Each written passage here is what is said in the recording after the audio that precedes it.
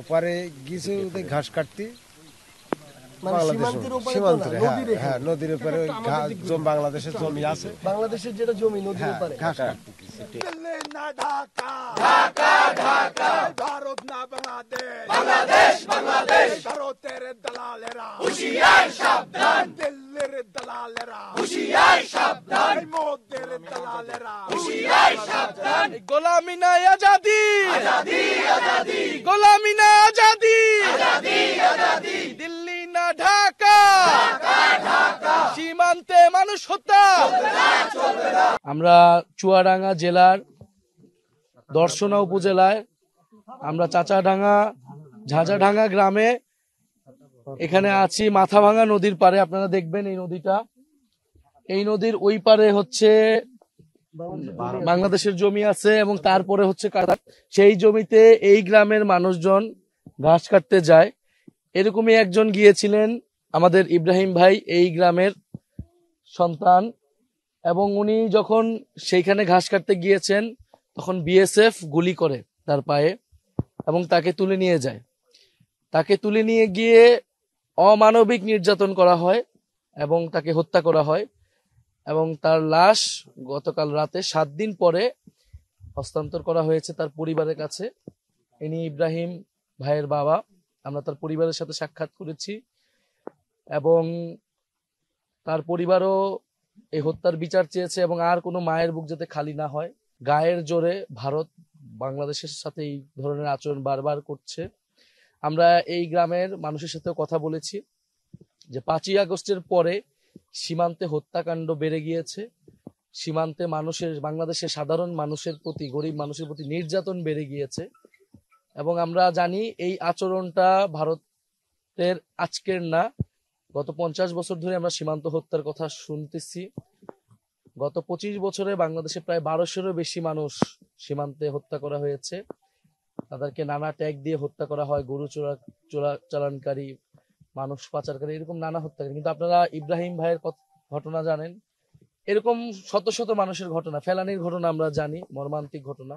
ঘাস কাটতে গিয়েছিল এবং বর্ডার, এটা বাংলাদেশের জমিতেই সে গিয়েছিল, ভারতের সীমানাও সে, বাংলাদেশের সীমানা সে ক্রস করেনি। তারপরে এই ধরনের হত্যাকাণ্ডগুলো হচ্ছে এবং এটা বাংলাদেশের স্বাধীনতা, সার্বভৌমত্ব, আঞ্চলিক অখণ্ডতা এবং মানবিক মর্যাদার প্রতি হস্তক্ষেপ, অমর্যাদা করা হয়েছে, বাংলাদেশকে করা হচ্ছে। বাংলাদেশের মানুষকে ভারত সরকার, বিএসএফ মানুষ হিসেবে দেখে না। এই যে ভারতের যে বর্ডার বাহিনী, সীমান্তরক্ষী বাহিনী, এর একটা খুনি বাহিনীতে পরিণত হয়েছে। এটা কোনো সীমান্ত রক্ষা বাহিনী হইতে পারে না। এটা মানুষ খুন করাই যেন তাদের নিত্য নৈমিত্তিক কাজ। বাংলাদেশের মানুষকে নানাভাবে নির্যাতন, নিপীড়ন সীমান্তে করা হয়।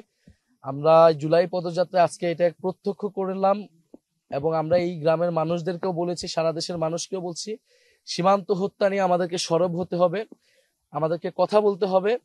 কোনোভাবেই সীমান্তে কোনো একটা গুলি চালাতে পারবে না বিএসএফ। কোনো ধরনের উস্কানি ছাড়াই তারা গুলি চালায়, সাউন্ড গ্রেনেড মারে এবং মানুষকে হত্যা করে তুলে নিয়ে যায়। আমরা এটার নিন্দা জানাই। বাংলাদেশের সাথে সম্পর্ক রাখতে হলে অবশ্যই মর্যাদার সহিত বাংলাদেশের নাগরিক অধিকার রক্ষা করতে হবে এবং বিএসএফ একটা মানবাধিকার বিরোধী সংগঠন। বাংলাদেশের মানুষের অধিকার সীমান্তে লঙ্ঘন করা হয়েছে। আমরা আজকে এই গ্রামের, এই নদীর পাড় থেকে নিন্দা জানালাম এবং ভবিষ্যতে আমরা জাতীয় নাগরিক পার্টি নয়, বাংলাদেশের সাধারণ ছাত্র, তরুণ, জনগণকে সাথে নিয়ে এই সীমান্তকে আমরা পাহারা দিব, রক্ষা করব। আমরা প্রতিরোধ গড়ে তুলব যদি সীমান্তে এই ধরনের হত্যাকাণ্ড, এই ধরনের নিপীড়ন চলমান থাকে। আমরা আজকে জুলাই পদযাত্রার অংশ হিসেবে চুয়াডাঙ্গা জেলায় এসেছিলাম, কিন্তু আমরা জানতে পারি যে চুয়াডাঙ্গা জেলার দর্শনা উপজেলার এই যে ঝাঁঝাডাঙ্গা যে গ্রাম, এই গ্রামের আমাদের মাথাভাঙা নদীর তীরে আমাদের একজন ভাই, চাচা একটু এদিকে আসেন, ভাইয়ের নাম আমাদের ইব্রাহিম ভাই। গতকালকে বাবা এখানে